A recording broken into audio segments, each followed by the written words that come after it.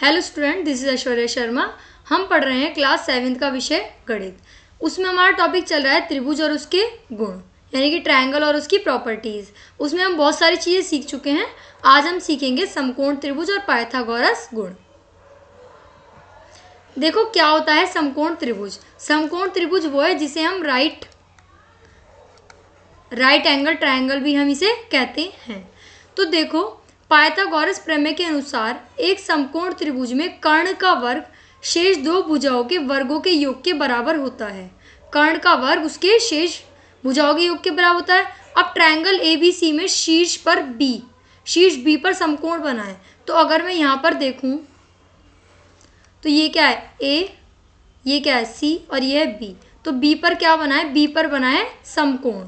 अतः AC इसका कर्ण है। क्यों? क्योंकि जो समकोण के सामने वाली भुजा जो होती है वही हमारा क्या होती है? कर्ण। समकोण के, ये चीज़ भी हम यहाँ लिख देते हैं, समकोण के सम्मुख यानी कि सामने वाली सम्मुख भुजा जो होती है वो हमेशा क्या होती है? हमारी कर्ण कहलाती है। तो AC इसका कर्ण है। AB और BC समकोण त्रिभुज ABC के दो पाद हैं, AB और BC, ठीक है ना। अब कहेंगे, हम कह सकते हैं किसका स्क्वायर? तो ये हमारी क्या हो गई? ये हमारी हो गई कर्ण। तो कर्ण का जो स्क्वायर होता है शेष कर्ण का वर्ग शेष दो भुजाओं के वर्गों के योग के। तो कर्ण क्या है? AC का स्क्वायर जो होगा, शेष भुजा कौन सी है? AB और BC, इन दोनों के स्क्वायर कर दिया, यानी कि वर्गों के योग के बराबर होता है। यदि किसी त्रिभुज पर पाइथागोरस गुण प्रयुक्त करते हैं तो तभी वह एक समकोण त्रिभुज होगा। तो आपको समझ आया समकोण त्रिभुज कब बनेगा? समकोण त्रिभुज बनाने के लिए खाली आपको ये ज़रूरी नहीं है कि यहाँ पे 90 डिग्री हो। समकोण त्रिभुज बनाने के लिए ये भी जरूरी है कि उसके सम्मुख भुजा का स्क्वायर जो है बाकी दोनों भुजाओं के स्क्वायर के बराबर होना चाहिए। हम देखते हैं पाइथागोरस गुण। अब आपने 8 त्रिभुजों में से 4 त्रिभुजों को वर्ग A में और 4 त्रिभुजों को वर्ग B में स्थापित कीजिए। ये 8 त्रिभुज हैं। कैसे हैं 8 देखो, ये दे रखे हैं ना त्रिभुज, इनको हमने क्या करा? वर्ग B में स्थापित कर दिया, जैसा कि निम्न आकृति में दिखाया गया है। अब देखो, ये वर्ग A है, ये वर्ग B है। क्या थे इसमें? 8 त्रिभुज थे। कैसे थे 8? देखो, 1 2 3 4 तो ये हो गए, और 4 और थे अंदर की साइड। तो ये कैसे हो गए? 8 हो गए। अब इसमें से हमने कोई से 4 त्रिभुजों को वर्ग B में स्थानांतरित करा। तो देखो 1 2 3 4, तो यहाँ खाली यही बचे ना, 5 6 7 8 यही बचे, क्योंकि इसमें से आपने क्या करा? जैसे यहाँ पे एक त्रिभुज बन रहा है, अगर देखा जाए तो 1 2 3 4, तो आपने इन्हें अंदर की साइड स्थापित कर दिया B में, यानी कि 1 2 3 4। तो अब ये कह रहे हैं, आपने देखा आकृति A और आकृति B। अब देखो पाइथागोरस गुण क्या कहता है। हम जानते हैं कि दोनों वर्ग एक रूप हैं, यानी कि एक समान है तथा रखे हुए 8 त्रिभुज भी एक समान है। दोनों वर्ग एक रूप का मतलब क्या है? अब देखो, ये दोनों वर्ग समान है, क्योंकि वर्ग हमेशा वर्ग की चारों भुजाएं कैसी होती है? समान है, यानी कि एक रूप है। अब एक रूप होने के साथ साथ ये कह रहे हैं कि रखे हुए 8 त्रिभुज भी क्या होंगे? फिर समान होंगे। अतः वर्ग A का अनाच्छादित क्षेत्रफल होगा वर्ग B का अनाच्छादित क्षेत्रफल, यानी कि जो ये वर्ग है A और ये वर्ग है B, तो इन दोनों का एरिया जो होगा, दोनों का क्या होगा? इन दोनों का एरिया जो होगा वो सेम होगा। ये कह रहे हैं अनाच्छादित क्षेत्रफल B के वर्ग B के अनाच्छादित क्षेत्रफल के बराबर है। अथवा वर्ग A के भीतर वाले वर्ग का क्षेत्रफल, वर्ग A के भीतर वाले वर्ग का क्षेत्रफल जो होगा, वर्ग B के भीतर दोनों अनाच्छादित वर्गों के क्षेत्रफल का योग होगा। वर्ग A के भीतर वाले वर्ग का क्षेत्रफल क्या होगा? वर्ग B के भीतर दोनों अनाच्छादित वर्गों के क्षेत्र का योग होगा, यानी कि A स्क्वायर जो होगा वो B square plus C square के इक्वल होगा। यह पाइथागोरस गुण है। इस प्रकार कहा जा सकता है कि एक समकोण त्रिभुज में कर्ण पर बना वर्ग पादों पर बने दोनों वर्गों के योग के बराबर होगा। तो पाइथागोरस गुण क्या कहता है? गणित में एक बहुत ही महत्वपूर्ण गुण है। क्या है? बहुत ही महत्वपूर्ण गुण। तो गणित में पाइथागोरस गुण गणित में एक बहुत ही महत्वपूर्ण गुण है। आगे की कक्षाओं में इसे एक साध्य के रूप में विधि पूर्वक सिद्ध भी किया जाएगा। अभी आप इसके तात्पर्य को भली भांति समझ लें। फिलहाल आप ऐसे समझ लें इसे कि कर्ण पर बना वर्ग जो होता है वो पादों पर बने दोनों वर्गों के योग के बराबर होगा। यानी कि ए स्क्वायर जो है, ए स्क्वायर कर्ण है ना, मैंने आपको बताया था कि समकोण के सामने वाली जो भुजा होती है, सम्मुख भुजा, वो कर्ण होती है।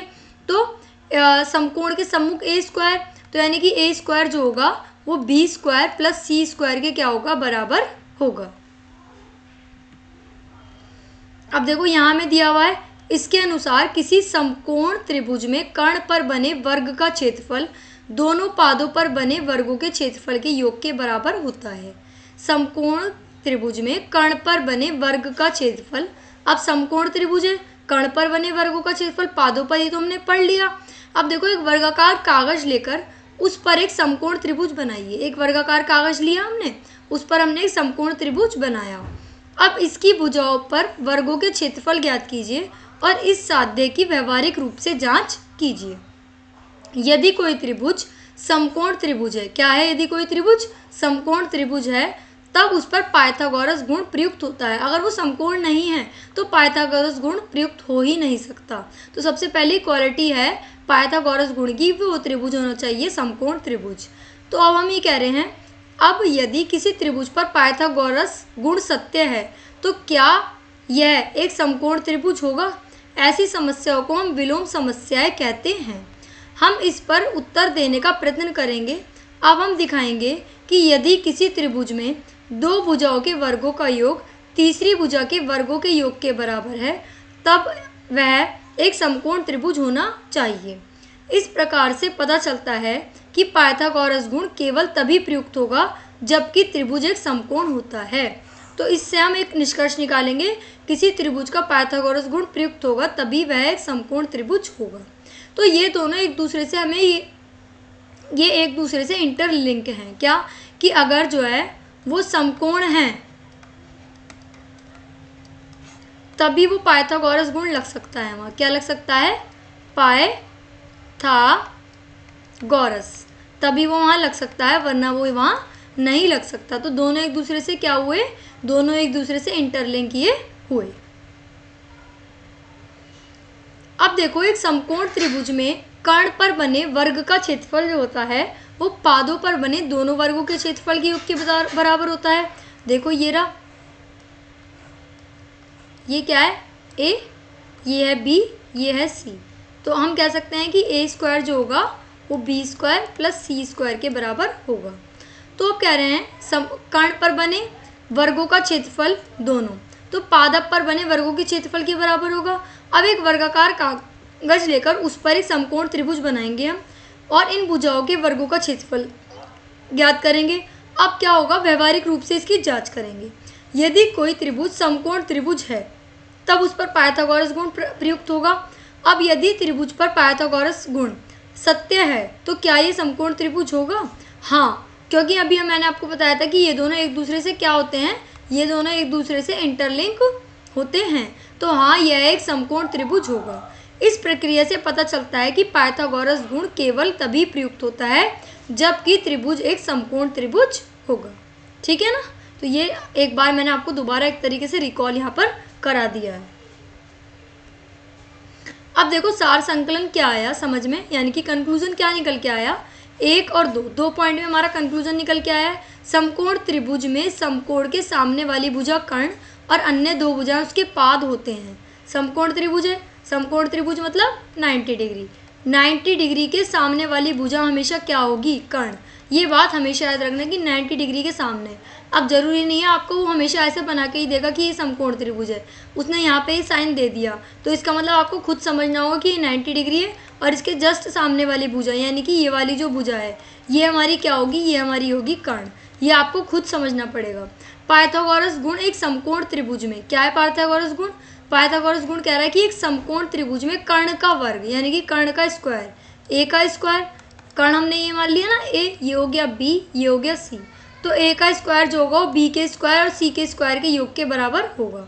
यदि एक त्रिभुज समकोण त्रिभुज नहीं है, क्या नहीं है, समकोण त्रिभुज नहीं है, तब यह गुण प्रयुक्त नहीं होता। यह गुण इस बात को तय करने में उपयोगी होता है कि दिया गया त्रिभुज समकोण त्रिभुज है या फिर नहीं है। तो अगर देखो मान लो सपोज करो इसका एग्जांपल अगर मैं यहाँ दूँ, देखो यहाँ ये क्या है 5, यहाँ का दे रखा है 5 और ये क्या है 3, ये क्या है 4। तो देखो अब मैं a का स्क्वायर करती हूँ, क्या होता है a का स्क्वायर बराबर b का स्क्वायर प्लस c का स्क्वायर, यही होता है ना। ये a है, ये b है, ये c है। तो a का स्क्वायर क्या a की जगह रखेंगे 5 का स्क्वायर, b का स्क्वायर की जगह रखेंगे, b की जगह रखेंगे 4, क्या रखेंगे b की जगह हम 4, क्या रखेंगे 4 का स्क्वायर, ठीक है ना b की जगह, और c की जगह क्या रखेंगे 3 का स्क्वायर। तो b 5 का स्क्वायर करोगे 25, 4 का स्क्वायर करोगे 16, 3 का स्क्वायर करोगे क्या आएगा 9। तो 16 और 9 प्लस करोगे तो क्या आएगा 25, और ये भी क्या है 25।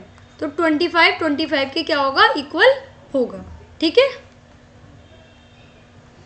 अब देखो एग्जाम्पल नंबर 5, एक त्रिभुज की भुजाएं 3 सेंटीमीटर, 4 सेंटीमीटर, 5 सेंटीमीटर लंबी हैं। निर्धारित कीजिए कि वह एक समकोण त्रिभुज है या नहीं है। तो पहले हम 3 का स्क्वायर करेंगे। 3 के स्क्वायर का मतलब क्या है 3 × 3, तो क्या आ गया हमारा 9। अब हम 4 सेंटीमीटर तो 4 का स्क्वायर करेंगे, तो 4 × 4 यानी कि 4 4 से 16, तो आया हमारा 16। अब हम 5 का स्क्वायर करेंगे। 5 के स्क्वायर का मतलब क्या है 5 × 5, तो 5 × 5 क्या हुआ 25 ये आ गया। तो हम देखते हैं 3 स्क्वायर प्लस 4 स्क्वायर बराबर होगा 5 स्क्वायर के। क्यों? क्योंकि देखो 3 स्क्वायर क्या है 9 प्लस 16 बराबर होना चाहिए 25 के। तो देखो 16 और 9 को प्लस करोगे तो 25 आएगा, 25 इक्वल है 25 की। तो यह त्रिभुज एक समकोण त्रिभुज है, और 5 हमने इसमें एक तरीके से क्या माना है उसका कर्ण। ध्यान दीजिए कि किसी भी समकोण त्रिभुज में कर्ण सबसे लंबी भुजा है। कर्ण क्या है सबसे लंबी भुजा। इस उदाहरण में 5 सेंटीमीटर लंबी भुजा ही कर्ण है, ठीक है ना। हम देखते हैं एग्जाम्पल 6, ट्रायंगल ABC का C एक समकोण है। ट्रायंगल ABC का C क्या है समकोण। यदि AC 5 सेंटीमीटर है और BC कितनी दे रखी है 12 सेंटीमीटर, तो AB की लंबाई ज्ञात कीजिए। तो सहायता के लिए अनुमान से एक उपयुक्त आकृति बनाते हैं। ये आकृति हमने बना ली। अब पाइथागोरस गुण क्या कहता है भाई कि BC क्या है, C हमारा वो है ना समकोण, तो इसके सामने वाली भुजा कौन सी होगी कर्ण, यानी कि AB का स्क्वायर बराबर होगा AC का स्क्वायर प्लस BC का स्क्वायर। तो AC की जगह क्या आएगा 5 और BC की जगह क्या आएगा 12। तो 5 का स्क्वायर क्या होगा 25 और BC का क्या है 12, तो 12 का स्क्वायर क्या होगा 144। तो 25 और 144 प्लस करोगे तो 169। अब देखो AB का स्क्वायर और ये क्या है 169। तो आप ऐसे भी कर सकते हो कि 169 किसका स्क्वायर होता है 13 का, ये 13 का स्क्वायर, ये AB का स्क्वायर, तो स्क्वायर से स्क्वायर कैंसिल, तो AB बराबर हो जाएगा हमारा 13 के, अर्थात AB की लंबाई 13 सेंटीमीटर है। ध्यान रखें पूर्ण वर्ग संख्याएं पहचानने के लिए आप अभाज्य गुणनखंड विधि प्रयोग में ला सकते हैं, यानी कि प्राइम फैक्टराइजेशन मेथड। अब अभाज्य संख्याएं कौन सी होती हैं जो खाली अपने टेबल से कटती हैं या फिर एक से कटती हैं। जैसे मैं एग्जांपल यहाँ दे देती हूँ 2 एक अभाज्य संख्या है क्योंकि इसके 2 ही फैक्टर हैं, एक तो 2 और एक 1। 3 अभाज्य संख्या है, 2 है सबसे छोटी, फिर 3, फिर 4 नहीं होगी 5, फिर 7 होगी, फिर 9 नहीं होगी 11, 11 के बाद 13, 17, फिर 19, 19 के बाद क्या होगी 23, 23 के बाद क्या होगी 29। इस टाइप से ये डैश अभाज्य संख्याएं हैं। So what did we learn today, क्या हमने सीखा आज। हमने सीखा कि एक त्रिभुज अगर हमें दिया हुआ है, ये है समकोण त्रिभुज। कौन सा त्रिभुज समकोण त्रिभुज 90 डिग्री है ना। तो अब समकोण त्रिभुज के जस्ट सामने वाली भुजा यानी कि समकोण त्रिभुज है ना, तो समकोण के जस्ट सामने वाली जो भुजा होती है वो क्या होती है हमारी कर्ण। तो इसमें क्या कर्ण है ये कर्ण है, और बाकी क्या है इसकी आधार भुजाएं या पाद भुजाएं हम कह सकते हैं।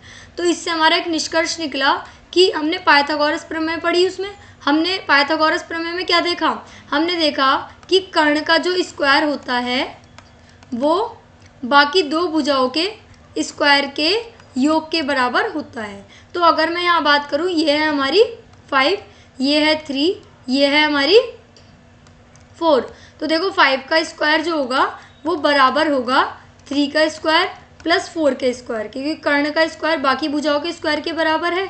तो देखो 3 का स्क्वायर क्या होगा 9, 4 का स्क्वायर क्या होगा 16 और 5 का स्क्वायर क्या होगा 25। तो 25 यहाँ आ गया और 25 यहाँ आ गया। तो इसका मतलब ये। और एक मैंने आपको बताया था कि समकोण और पाइथागोरस ये एक दूसरे से क्या होते हैं, बिल्कुल ये एक दूसरे से इंटरलिंक होते हैं, यानी कि कनेक्टेड होते हैं। कोई त्रिभुज समकोण तभी हो सकता है जब वो पाइथागोरस की प्रॉपर्टी सेटिस्फाई करे, और पाइथागोरस की प्रॉपर्टी वहीं लग सकती है जब कोई त्रिभुज समकोण होगा। तो अब हम इसमें ऐसे भी कर सकते हैं कि अगर हमें ये पाइथागोरस त्रिभुज हमें दिया हुआ है, हमें ये भुजा निकालनी है, ये और ये हमें दे रखी है, तो हम ऐसे भी इसको निकाल सकते हैं। कैसे, 3 का स्क्वायर करेंगे, 4 का स्क्वायर करेंगे, क्या आएगा 9 + 16, ठीक है ना। तो ये हमारा क्या आ जाएगा 25।